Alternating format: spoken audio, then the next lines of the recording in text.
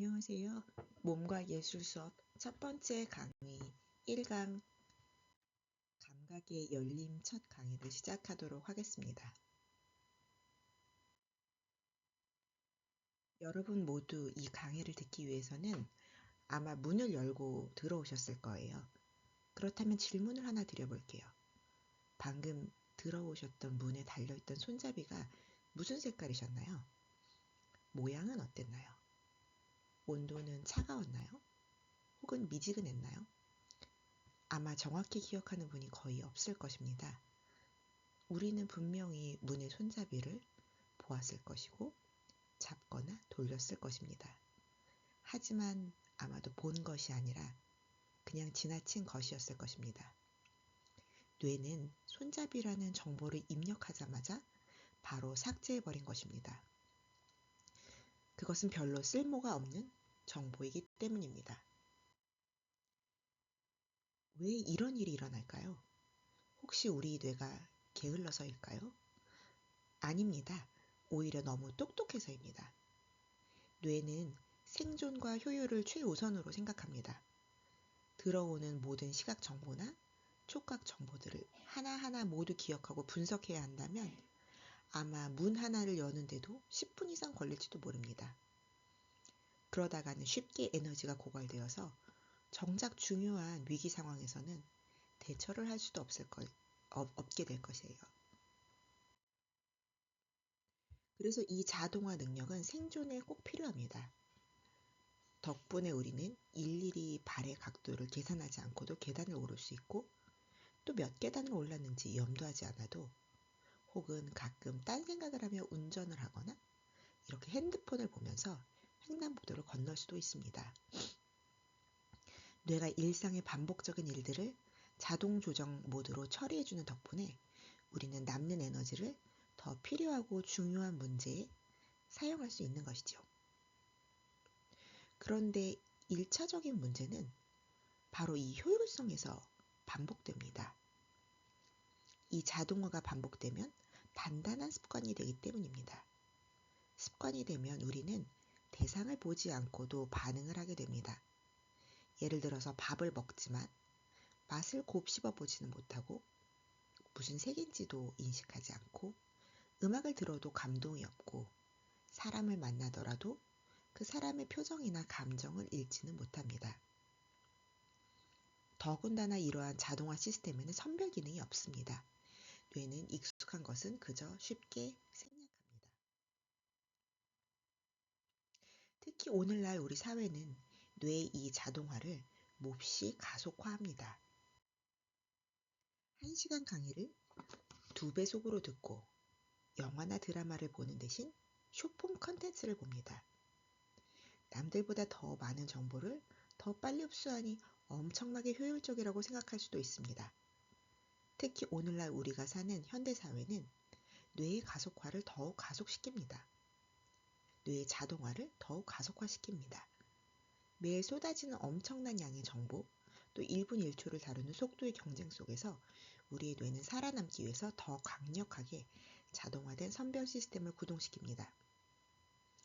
예전에는 단지 문 손잡이나 음악의 가사, 멜로디 정도를 생략하는 정도였다면 이제는 숏폼이나 유튜브 빨리 보기를 하듯 모든 순간을 점핑하며 살아가게 됩니다. 하지만 정말 이러한 방식이 효율적이고 또 최적화된 결과를 낳기만 할까요? 잠들기 전 핸드폰을 들고 유튜브나 SNS를 보다 보면 몇 시간이 훌쩍 지나 있기도 합니다.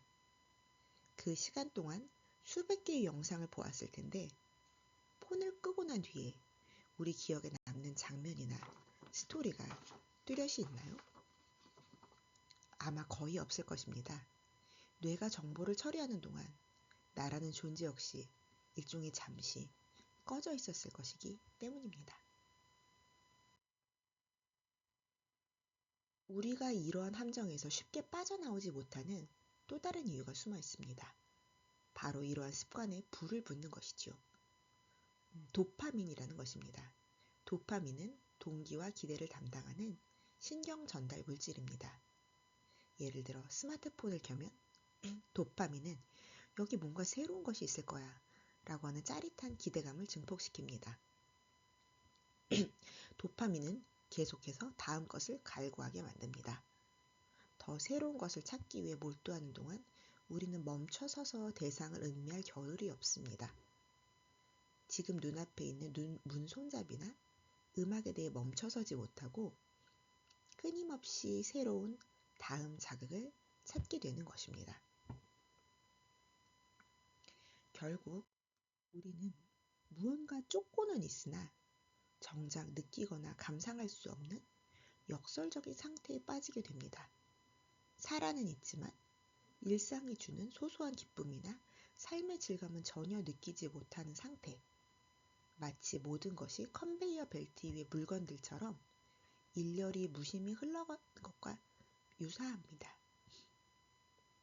이러한 일상은 효율적일 수는 있으나 우리 스스로가 주인이 되는 느낌을 갖기는 힘듭니다.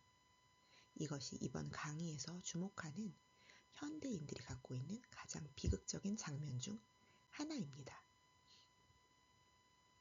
그렇다면 우리는 어떻게 이 빠르고 자동화된 컨베이어 벨트에서 내려올 수 있을까요? 답은 상당히 가까운 곳에 있습니다.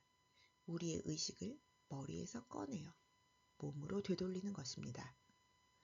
여기서 몸이라는 단어는 일반적으로 알고 있는 바디 대신 소마라고 하는 용어를 사용할 것입니다. 소마라는 것은 단순히 뼈와 살로 이루어진 남들이 보는 객관적인 신체가 아닙니다. 거울에서 비춰지거나 바디 프로필 같은 곳에서 보이는 사진으로 남들이 확인할 수 있는 나의 신체의 겉모습이 아니라는 뜻입니다. 내가 직접 느끼고 체험하는 살아있는, 주관적으로 인식하는 몸을 의미합니다. 앞서 말했듯이 우리의 뇌는 끊임없이 다음을 예측하고 빨리 감기를 시도합니다. 그러나 우리의 몸은 다릅니다. 몸은 절대로 빨리 감기를 할 수가 없습니다. 밥은 반드시 씹어야만 그 맛과 질감을 느낄 수 있고 내일 바쁘다고 해서 내일 숨을 쉬어야 할 것을 오늘 몰아서 숨을 쉴 수도 없습니다. 뇌가 아무리 급하게 재촉을 해도 몸은 물리적으로 오직 지금 이 순간에만 존재합니다. 바로 이 지점이 핵심입니다. 과거와 미래 사이에서 폭주하는 뇌를 지금 여기에 강제로 묶어두는 앵커, 닻이 바로 소마입니다. 그렇다면 이 앵커를 어떻게 내릴 수 있을까요? 단순합니다. 뇌가 무시하고 지나쳤던 몸의 물리적인 신호들을 다시 읽어드리는 것입니다. 지금 엉덩이에 닿고 있는 딱딱한 의자의 느낌, 코로 들어오는 공기의 온도나 습도같이 명백히 물리적인 사실들을 감각하는 것입니다. 이것은 100% 현재의 일입니다. 뇌의 상상이나 해석, 스토리텔링이 아니라 몸이 경험하고 있는 팩트에 집중하는 과정을 일컬어 우리는 소마를 느낀다 라고 표현합니다. 지금 현재 내가 갖고 있는 내 몸을 스스로 느끼는 것입니다. 그러나 이미 가속도가 붙은 뇌의 프로세스를 멈추고 소마를 단순히 느끼라고 하는 것이 쉬운 일은 아닙니다. 여기서 예술이 등장합니다.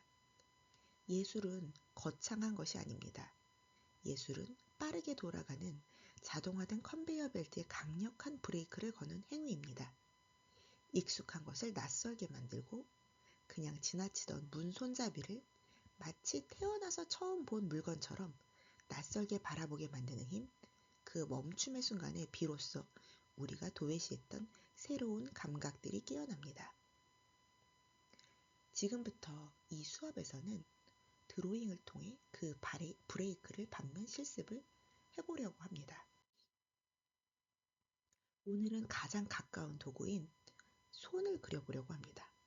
많은 분들이 그림을 못 그리시는 것에 대해 부담을 갖기도 합니다. 그러나 여기서 말하는 드로잉은 멋진 작품을 만드는 예술 활동이 아닙니다. 그리기는 눈으로 만지는 행위입니다. 우리가 무언가를 그리려면 대상을 면면히 뜯어봐야 합니다. 그리고 눈이 대상을 훑는 속도와 손이 움직이는 속도를 반드시 조절해야 합니다. 이때 뇌에서는 많은 잡념이 사라지고 보는 나와 움직이는 나만 남게 됩니다.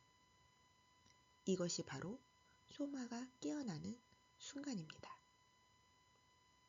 자, 오늘의 실습은 나의 손과 타인의 손을 그리는 것입니다. 첫 번째로 1단계로 내 손을 지도로 바라보는 연습을 해보도록 하겠습니다. 우리의 뇌는 이미 손이라는 대상에 익숙하기 때문에 머릿속에 있는 손 모양을 단순히 그리기가 쉽습니다. 그러나 손이 아니고 어떤 다른 대상이라고 생각하면 뇌는 혼란에 빠지고 진짜 관찰을 하게 됩니다. 그렇게 개념이라고 하는 기호를 지우고 감각만을 남길 때 아주 생생하고 힘있는 소마적인 드로잉이 나옵니다. 자, 이제 자신의 손바닥을 눈앞에 들어보세요. 지금 여러분이 보고 있는 것은 손이 아닙니다. 이것은 복잡한 등고선이 그려진 낯선 지도입니다. 여러분의 시선이 아주 작은 개미가 되었다고 상상해 보세요. 그 개미가 손바닥의 생명선, 두뇌선, 그 깊은 주름의 계곡 사이사이를 기어갑니다. 어떤 길은 깊고 어떤 길은 얕습니다. 피부의 결도 관찰할 수 있습니다. 내 손이 이렇게 생겼었나? 라는 낯선 느낌이 들 때까지 아주 천천히 훑어보고 눈으로 만져보세요. 이 실습에는 큰 제약이 없습니다. 다만 시간을 최대한 느리게 아주 천천히 그려주세요. 이 실습을 약 5분에서 10분 정도 마음이 편안해질 때까지 진행하신 후에는 스케치북을 다음 장으로 넘겨서 새로운 드로잉을 그려보도록 하겠습니다. 자, 2단계로는 이번에는 타인의 손을 바라보는 연습입니다. 이제는 옆 사람과 짝을 지어 보겠습니다. 상대방에게 정중하게 양해를 구하도록 하겠습니다. 손을 관찰해도 될까요? 라고 여쭤보고 상대방의 허락을 받았다면 상대의 손을 편안하게 책상이나 무릎 위에 놓아주세요. 절대 남의 신체를 만지지는 않습니다. 눈으로만 관찰할 수 있습니다.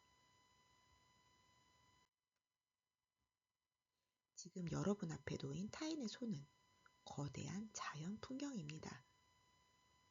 울퉁불퉁한 마디는 아마도 바위산이고 흐르는 핏줄은 흐르는 강물이라고 생각해도 좋습니다. 아마도 저 손으로 밥을 먹고 공부를 하고 그림을 그리고 누군가와 악수를 하였을 것입니다.